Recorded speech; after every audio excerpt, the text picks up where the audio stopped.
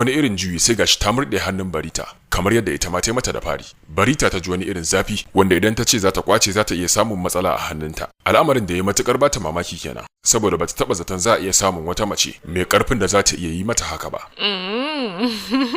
Ai ba raina ki ne ba. Ina so ne kawai ki gane cewa ni din majaruya ce. Kafin inda ta gama rufe bakinta, Barita ta turo ta baya. Duk su biyun suka fada a ƙasa. A daidai wannan lokaci ne wasu dakaru mata, kimanin su 10 suka rugo zuwa cikin wannan daki da nufin suna zuwa su rufe Ilela da duka. Amma sai Barita ta dakatar da su. Barita ta miƙe tsaye, sannan ta miƙa wa Ilela hannu, ta kama ta jawo ta zuwa tsaye. Barita ta yi murmushi ta ce, "Hakika na yarda cewa ke din jaruya ce, domin kuwa ke ce mace ta farko da ta fara murɗe min hannu. Duk gwagwarmayar da ne a faɗin duniya." Tana gama faɗin haka sai ta dubi waɗannan dakaru mata guda 10, sannan ta ce, "Ku tafi ku ba mu waje. Ina da magana da yawa da wannan bursunar." Ko da jin wannan umarni, sai waɗannan dakaru gaba ɗaya suka juya, suka fice daga cikin ɗakin. Barita da Ilela suka koma kan kujera, sannan suka zazzauna, suna masu fuskantar junansu. Sai Barita ta dube ta sannan ta ce, "Na san an kawo ki ne bisa laifin shiga gidan sarki da kikai, har cikin turakarsa da niyyar sheke shi, wanda ka'ida hukuncin kisa ne akan ki. Amma sai gashi an kyale ki. Ina fatan kin san dalilin da yasa ba a kashe ki ba ko?" Sai Ilela ta yi murmushi ta ce, "Kwarai kuwa na sani. Sarki yana so ne na tuna da inda mahaifina ya aje wani littafi wanda yake dauke da kundin sirrinsa ne, har ma da rayuwarsa da dukiyarsa.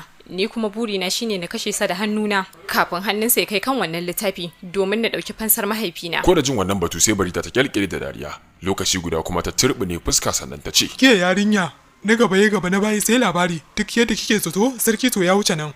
Gara ma ki sauya tunani ko shawara." Cikin mamaki Ilela ta dubi Barita, sannan ta ce, "Kina nufin cewa idan na sauya tunani da shawara zan cimma burina?" Barita ta dube ta ce, "Kwarai kuwa, ai kowane mutum yana da buri a rayuwarsa, ba ke kaɗai ce kike da shi ba. Ki tsaya ki yi tunani da kuma lissafi a kwakwalwarki. Ki ɗauki misali a kaina, ni ɗin na kasance jarumar gaske. Sau tara ina jagorantar yaƙi a ƙasar nan kuma ana samun nasara. Na san kowane irin tsugu da makirci na yaƙi. Idan ina son dukiya ko mulki zan iya mallakar su a rana ɗaya. Amma menene dalilin da yasa na zauna a wannan kurkukun? Sarkin Misra yana biya na albashin da bai wuce na kashe shi a karamin lokaci ba. Ilaila, ruwa baya tsami banza. Yau shekara 7 kenan ina aiki a wannan gida. Kuma ba komai nake zaman jira ba face ke din nan."